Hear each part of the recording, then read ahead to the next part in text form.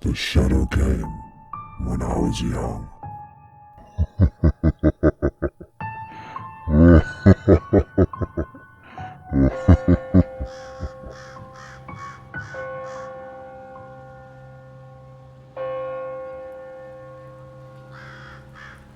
I'm a preacher's kid. I grew up with my mum, dad, and older brother. Most of my life I lived in a parsonage. A parsonage is a house provided by the church to the preacher and his family. Contrary to popular belief, ministers make very little. Unless you're Joel Osteen or preach at a megachurch, preachers make just above the poverty line. That's why I knew it was a calling for my dad. I definitely knew he wasn't in it for the money. But I'm not here to push my religious beliefs, or win you over to the virtues of my family. I'm here to tell you about the haunting. I will be touching on religious topics, but only where the story demands it for context. My family moved into the parsonage in the late 90s when I was 10. I fully believe there were dark things already waiting there for me. I'm in my 30s now, and I still look back on those times with absolute terror. This was before Zach Baggins told us about EVPs and residual hauntings. Before the Paranormal Activity franchise made my story cliché. And before YouTubers had list videos about the types of haunting. And before I knew that the first signs of a demonic haunting is the appearance of shadow people. Like I said, I'm an adult now. I've done my research. I've tried to debunk everything. Part of me sincerely hopes it isn't real. I wish a doctor would have diagnosed me with a mental disorder that caused hallucinations. I wish I would have found out my room was getting too much carbon monoxide. I wish there was an actual human intruder secretly living in the attic. Because the alternative is too much. It's too dark. I had to grow up fast, or I would have been consumed by the abyss of nihilism. I was only 10 years old, dealing with ageless, hateful entities. I believe this creature was already there at the parsonage when we moved in. Maybe somebody knew it was for preachers, and they put a curse on it. Now it was just laying dormant, waiting for something to call it, to channel it. So now we need to talk about the movie, Event Horizon. I'm not saying the sci-fi movie directed by Paul W.S. Anderson is an evil movie. I just think the darkness at my house used the movie. Like how spirits use a seance or Ouija board to grow stronger. It used my fear of the movie to manifest itself. My parents knew the negative consequences of keeping their kids sheltered for too long. My parents knew being too strict would have the opposite effect on us when we left the house. They didn't want to let us become adults being naive, with no self-control. We would bolt towards bad decisions like a dog finally let off his chain. So I grew up on Terminator 2, edited for TV Jason movies, and all the diehards, also edited for TV. I loved the Aliens and the Predator movies, and Doom 64 was my favorite game on my Nintendo. So you can see why me and my brother wanted to rent Event Horizon after seeing the previews, which makes you think aliens are the bad guys. Well, spoilers for a 20-year-old movie, it's not aliens. It's hell. Like the literal hell from the Bible. Think of the horrors of the warp from Warhammer 40k.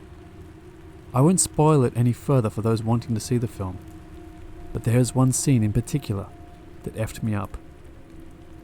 If you've seen the film, you know the scene I'm talking about. The scene shows people being tortured in hell. I actually love the movie now, and I own the Blu-ray, but that scene scared the shit out of 10-year-old me. I shrugged it off pretty cool-like in front of my older brother, until nighttime came. Once again, I started thinking about that movie, that scene. My young mind started questioning everything with Sunday school logic. Do people really go to hell? Is that what it's like? What if we all go to hell? What if I do? How do I even comprehend eternity? What if there is no heaven, only the darkness afterward, only hell? I was having an existential crisis before I hit puberty. This wasn't like all the other spooky movies I had been scared by. This was crushing. And then the physical things started happening. My eyes wouldn't adjust to the lack of light in my room. There was pitch black darkness all around me. I started to shiver in my bed because it was cold all of a sudden. I felt cold tendrils snaking up my leg, chest, and finally shoulders. Me and my brother shared the same room, but I was too scared to call out for him. It felt like the darkness was right in front of my face. I felt like something in the darkness would lash out and bite me, like a snarling wolf hovering over its prey. Somehow in my shivering, terrified state, I fell asleep. The dream I had was vivid and grim. In my dream, I was standing naked in a forest. A great tree stood in front of me. It stretched high into the sky like a building. I could see dots of color up in its green tree limbs. It was bearing fruit. I knew, like you do in dreams, that I was in the Garden of Eden, and this was the tree of knowledge, of good and evil. Beside me stood Adam and Eve, both naked and afraid. That's when I noticed I was naked, and cold and scared also. I could feel the cold wind against my skin. Suddenly, vines shot up the tree. Giant Jack-and-the-Beanstalk vines, with giant foot-long thorns protruding outwards from them. The vines spiraled all the way up the tree, strangling it. The thorns on the vines jutted out in every angle, making the vines impossible to climb.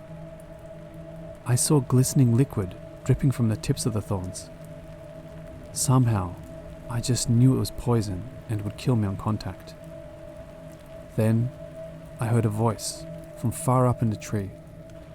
Adam and Eve and I looked up to see a gigantic snake staring down from the tree branches. The snake's massive red eyes glowing down at us like spotlights. No salvation for you. The snake hissed down at us, venom in its voice. God has forsaken you, and we will burn together. I woke up shaking and terrified. But unlike most dreams that fade upon waking, I felt the nightmare grow stronger upon waking. I felt like there was a presence in the room with me now. Think of the feeling you got when your teacher asked you to do a problem on the chalkboard, and you could feel the entire class staring at your back. Or when you walk by a yard with an aggressive dog in it, the dog only kept away by a fence. You could feel the violent intent directed towards you. You can feel the eyes on you. It felt like it was in my closet, or in the dark corner, or maybe on the roof above me, or it could be peeking at me from the foot of my bed. This night was when the waking nightmare began. I was scared all the time. There always felt like a malicious presence was around me. I was always cold and lethargic. The cold was a lonely cold. I felt like hope had been stripped from me. I could not think of anything happy or warm. My optimistic childhood mindset had been ripped out of me. No matter how much I tried, my mind always returned to the hopeless and lost feeling. I just didn't have the mental maturity to fight through it. From what I can recall, this went on for at least 6 months. My parents noticed something was different. And when I told them how I felt, they just thought I had been spooked by a scary movie and I would get over it. So a couple of lonely and scared months passed. I talked rarely and always wanted to be around someone, so I didn't feel alone with the presence. I think I started getting better when summer ended and I went back to school. For most of the day, I was surrounded by classmates and friends. But the darkness always returned to my heart when I got home. Soon as I crossed the threshold, It felt like the cold weight of despair had dropped inside my stomach, making me weak and sullen. Finally, my brain started telling me I wasn't in danger. I always felt like I was about to be hurt, like I was a prisoner with a guillotine hanging over my head. But after months I realized there was no danger, only the feelings of dread. I started trying to take back my life. I started to ignore the unyielding feeling of despair and emptiness, but this only made things worse. YouTube, Google, and even MySpace weren't a thing yet. There was nobody to teach me about hauntings, and nobody who would really listen. And most of all, there was nobody to teach me about shadow people. I think ignoring whatever entity upset it. Like a petulant child, it wanted all my attention. So it started acting out more. It started trying to get me afraid again. It began trying to steal my joy.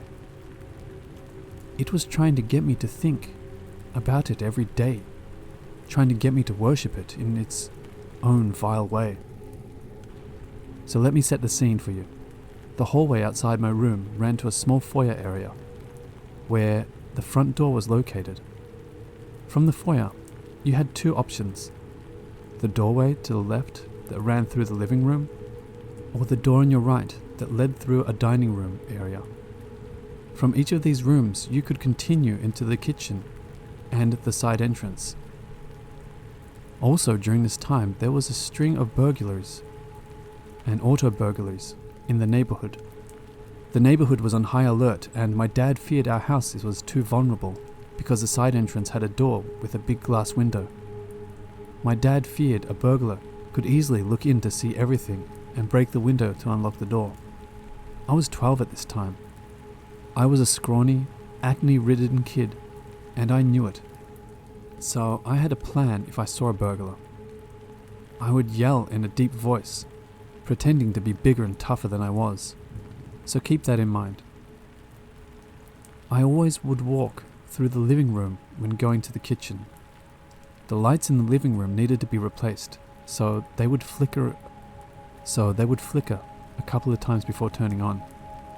I hated that, because every time I hit the switch, I swear I could see something moving in the darkness. Then the light would come on to reveal nothing. During the strobe effect, I would only see the figure when it was dark. The figure would duck behind the couch, be sitting on the love seat or crouched on the carpet. All this kept up for weeks. I didn't want to think it was supernatural. I wanted it to be a trick of the light. I wanted all the spirit stuff behind me. I wanted to grow up and not be afraid of silly things like ghosts and demons. But it got to the point that I would look down as the light blinked and only lifted my head once it fully clicked on. One night I didn't look down. I was back in my parents' room, talking with my dad. He suddenly asked me to get him a soda from the kitchen. I was in a good mood and in a hurry to get back to the conversation with my dad. I ran and flicked on the light, looking straight ahead. As the light flickered on and off, I saw the pure black outline of a 7-foot-tall man. It stood in the middle of the room, facing me head-on, like it was challenging me. What made this different was when the light was on, it didn't disappear, and when the light was off, I could still see its black outline against the darkness around it. Think of it this way. Take a cardboard cutout of a person, spray paint it black, and put it in a non-lit room. The dark cutout would still stand out against its surrounding. You still would be able to see it because it was darker than its surroundings. The thing just stood there, blacker than black, flaunting its existence to me. Being confronted with this, my brain screamed, "It's real. It's really here. So it has to be a burglar." In my fake deep voice, I screamed, "Hey arsehole, what are you doing in here?" The thing stood there for a while, and I was hit with the sudden realization that it wasn't a man, but a featureless shadow. It slowly floated backwards, never turning from me as the light flickered. It eventually drifted around the corner into the kitchen and out of my view. Only then did the lights turn on. My dad heard me scream and came running. I told him I saw a person, so I wouldn't look crazy. My dad searched the house and checked the side door. The door was still locked. Let's just say that my parents didn't take me very serious with the spooky stuff. It was only 10 years later that my mum admitted something supernatural was happening. But that's its own story. And my dad half admitted that the house felt different. Even now, I can't explain it. I thought maybe I was hallucinating or had mental problems. I'm not saying these things are a blessing, but at least I could get medication or do something to help end the nightmare. I don't want any of this to be real. I hope one day I can debunk all of it. I never saw the shadow people anywhere else but the parsonage. And worst of all, family and friends started seeing them too. I have a lot more stories in the parsonage. I'm willing to share them if there is any interest.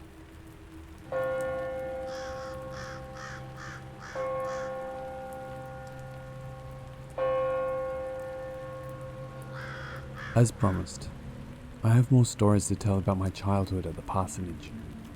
I'm gonna try and cover a couple of years, so forgive me if it seems like I'm jumping around. After I saw the shadow person standing in my living room, things got a lot worse. I started experiencing hardcore sleep paralysis, or I would have incredibly realistic lucid dreams. In my dreams, I would get up, get ready for school, go to the car with my mum, and then be right back in bed. This cycle would repeat over and over. The dreams would be so real that I would check to see if I was dreaming during my dream. My reflection was the same. I could feel the soles of my feet on the ground, and I could read text messages on my phone. I've heard you're not supposed to be able to read in dreams, but my brain didn't get the memo. As frustrating as the repeating Groundhog's Day dreams were, they had nothing on the dreams with the hag. I would open my eyes, unable to move, a prisoner to my bed. I would hear her first. She did the croaking thing like the girl in The Grudge, except it was a little more vocal. She would crawl across the floor to the foot of my bed. I would feel her cold body against mine as she crawled under the covers towards my face. She looked a lot like the Grudge girl, except she was Caucasian and only had whites for eyes. Her smell was a damp, rancid smell, like the dumpster behind a seafood restaurant. She would place her hands on my face and dig into me with her long nails. Thankfully, that's when I would wake up. When I finally awoke, I would be confused, aggravated, and scared. I remember having goosebumps from her cold touch. When it was nighttime, I would wake up from nightmares to see shadow people in my room. As I blinked to adjust to the dark, they would disappear. This happened nightly.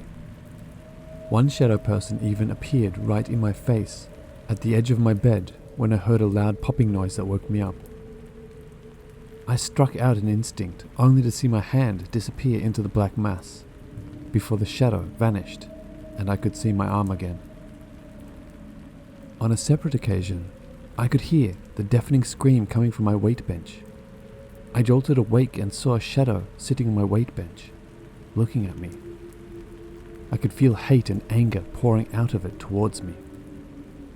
I remember laying in bed, trying to keep my eyes closed, only for my bed to start breathing in and out, like I was laying on the chest of a giant. I would hear random loud taps against the walls, heavy footsteps, sometimes soft moans. It was all a part of the torture. The sleep deprivation and constant stress made me feel like I was going crazy. But life went on. I still had to get up every day. I just had to accept the supernatural as being natural. And there would be long times of no activity. But I have to say, I was glad when others started experiencing things. My across the street neighbor was one of my best friends. Me and another mutual friend, Brian, had just returned from hanging out across the street. No cars under the carport, meaning my mum and dad were out. So when we came in, we were being loud, goofy middle schoolers. There was a vanity with a mirror in the foyer that faced the dining room and kitchen. As we walked down the hallway, we could clearly see our reflections and the kitchen behind us. In the reflection, my mum walked up behind us to a kitchen counter and leaned over it. It was as clear as day. She had her glasses on, a purse, and a little notepad she carried around. "Oh, Mum, I thought you were gone," I said as I turned around. Nothing was there, and I thought I had imagined it. Like how you think you see something if you pass a doorway quick enough. But Brian's face was pale. He saw her too. He told me she was leaning over the counter with her notepad. Let's just say we decided to go back over to our friend's house. What sort of entity was this that it used my mum's likeness to scare me? I had a step-nephew, more like a little brother. He was 5 years younger than me and annoying as hell, but I loved him. He would stay over and sleep on a mattress in my room. I was 13 and had my own room by now. There was the weight bench with at least 250 pounds on it in the corner of the room. I had put all the weights on the bar to clean up the floor, plus it had 50 more pounds on the leg lift.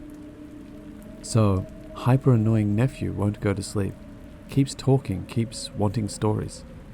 So I start telling him all the scary stuff, so he will be scared and quiet. I get into it and give every creepy detail. His face started looking more and more frightened as the story continued. All of a sudden, the weight bench that was across the room rocks like it had been kicked. The metal weights all clanged together, making a loud racket. Above the weight bench, a small blue orb winked into existence and shot up into the roof. We agreed to change the subject and maybe watch a comedy movie. There was an instance when the windows in the front dining room had somebody knocking at them as I did my homework. I ran to the window and clearly saw the back of my friend's head while he ducked down.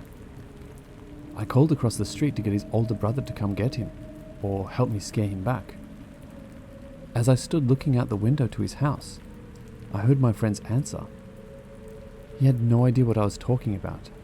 He even came to his window and waved at me. I had been watching his house the whole time. Finally, when I was around 17 or 18, I was in my room trying to sleep. I've always been religious and was praying. I heard a loud, clear growl about 3 feet from me. At this point in my life, I was sick of it and started cursing at whatever it was. My mum opened the door to see what was wrong and to scold me for dropping multiple F-bombs. She told me she heard the growl from the hallway. It was so clear. She thought it was my video games and I was cursing into my headset. There is a last thing that I could use help with if somebody knows what it is. I was woken up again in my room, and in my closet was a glowing white face with black holes for eyes. It looked like one of those masquerade or drama masks. It looked almost identical to the very last scene of Insidious 3, where the psychic lady sees the white face in her home right before the credits.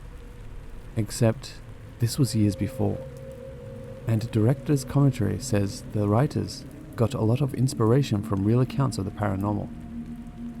I even had another friend when I was an adult tell me about seeing the face in his closet without knowing my story. If anybody knows the meaning or significance, please message me. It's been one of the countless questions on my mind for years. Well, that's all for my high school and middle school days. I wish it would have ended there, but there is one last terrifying chapter to this story. What happens when a boy who's haunted meets a girl who's haunted too?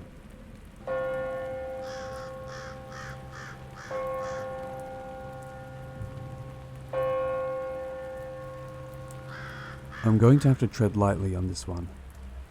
The story revolves a lot around my ex-girlfriend, and we didn't end on good terms. It's been over a decade now, and I'm pretty sure it's all water under the bridge for the both of us. But I have no way of contacting her to ask her for permission to tell her story. So I'll have to keep it vague so I don't blow up her spot. After high school, I thought I was free of my haunted home. I planned to join the Marines and be gone for at least 4 years. Well, without getting into too much detail, I got hurt in boot camp, and this led to the corpsman finding out about another medical problem I had lied about to join up. Don't think me scummy. This is pretty common practice among recruiters. I was told to tell MEPS I was as fit as Captain America, so I could ship out. I was desperate to leave and serve my country during the height of both wars on terror.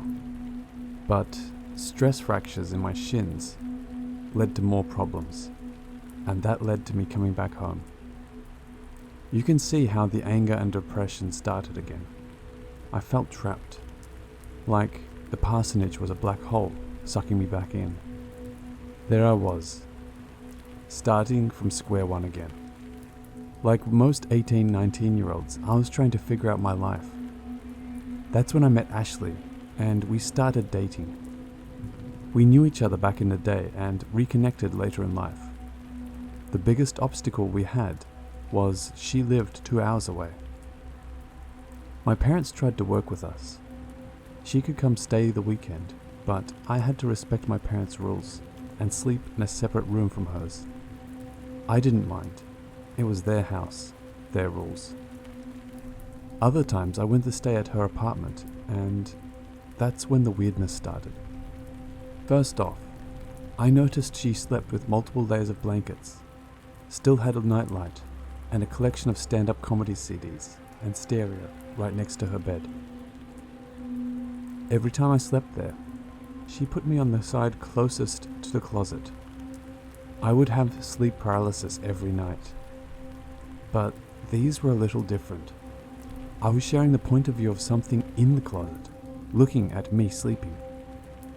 I could see myself asleep, and I could feel the anger directed towards me from the entity. I would float closer to my sleeping face and begin cursing in an unknown, hateful language. I felt the jealousy of the entity. I felt the anger towards myself because I was in its way. When I would wake up, I would usually spring out of bed. That habit hadn't worn off from boot camp yet. This would scare Ashley because she knew what was happening.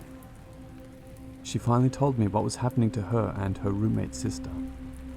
She said they had seen a shadow stalking them ever since they were children. She had the multiple blankets because she could feel it caressing her at night. The comedy CDs, because she could hear her name being whispered. And the nightlight was obvious. I know what you're thinking. This is the plot of the Paranormal Activity movies. This all happened in 2006-2007. The movie came out in 2009. Anyways, she told me she only slept good when I was there, because I was taking all the heat from whatever it was instead of her. I kind of felt like a white knight, saving my lady from demons, so I just rolled with it. But the longer we were together, the worse it got back home. I remember distinctly one night when I drove home from her apartment in the middle of the night. I had work the next day, so I had to leave around 3 a.m. I was on a dark stretch of highway between cities, trying to stay awake. I started to feel something pushing against the back of my seat. It reminded me of when my friends would mess with me by kicking or kneeing my seat while driving. I tried to ignore it as me being tired, but it got to the point where it was impossible to ignore. It felt like somebody's knees were pressing so hard, I was almost touching the steering wheel. I never looked back. That's what it wanted. I knew it was waiting for me to turn around, so it could do something to me. How easy would it have been to crash and it just be chalked up to me falling asleep at the wheel? So I rolled down the windows and blared Christian music the whole way back. things came to a head at my house when my parents said Ashley could come over for the weekend. It was a Thursday and I okayed it with her on the phone. That night, the shadows came back. I would wake up in the middle of the night to see two of them standing behind the chair in my room. They would fade away the longer I stared at them, but they were making their presence known. She came over Friday and I let her have my bed while I slept in the living room. Around 3 a.m., she came sneaking in to see me. I thought she was up for some rule breaking at first, but then I noticed she had been crying and was shaking. "I've seen something in your room," she told me. "Are they standing behind the chair?" I asked. Her eyes widened in surprise. "How did you know?" I agreed to sleep in the same room as her, but I slept on the floor in case my parents called me. I was on the ground, speaking up to her on the bed, and somewhere I said, "Oh shit." "Oh shit" was repeated back to me in my own voice from under the bed right next to me. I kind of freaked out and sat up, but I could see she was starting to cry again, so I played it off. The same sleep paralysis that night, except I looked down at myself, sleeping by the bed. From the creature's point of view, I could see two black boots by my head. Hate and twisted insults spilled out in a guttural voice. We were both immature and broke and far away from each other, so the relationship ended badly. I still regret the hateful things I told her when we were fighting, but one last thing happened before things ended. I was at her apartment again. She was begging me to stay, but I couldn't because of work. She told me she was scared to be alone. As I was comforting her, I saw a glowing orb, like a bubble with yellow in the middle, appear behind her and shoot off to the ceiling. I had just told her that God would protect her when this thing appeared. It was in a fully lit room and it was the most blatant thing I had ever seen since the shadow person in my living room years ago. It was as if the entity was saying, "No, he won't." I'm not in contact with her anymore, but sometimes I think of her and worry. I'm not missing our relationship. It was pretty toxic, but I worry about her hauntings. Life is already hard enough, without the extra layer of demonic oppression, or whatever it was. Well, say a prayer for her, and maybe one for me. The spooky shit has dropped off for over a decade now. I hope talking about it doesn't stir it back up.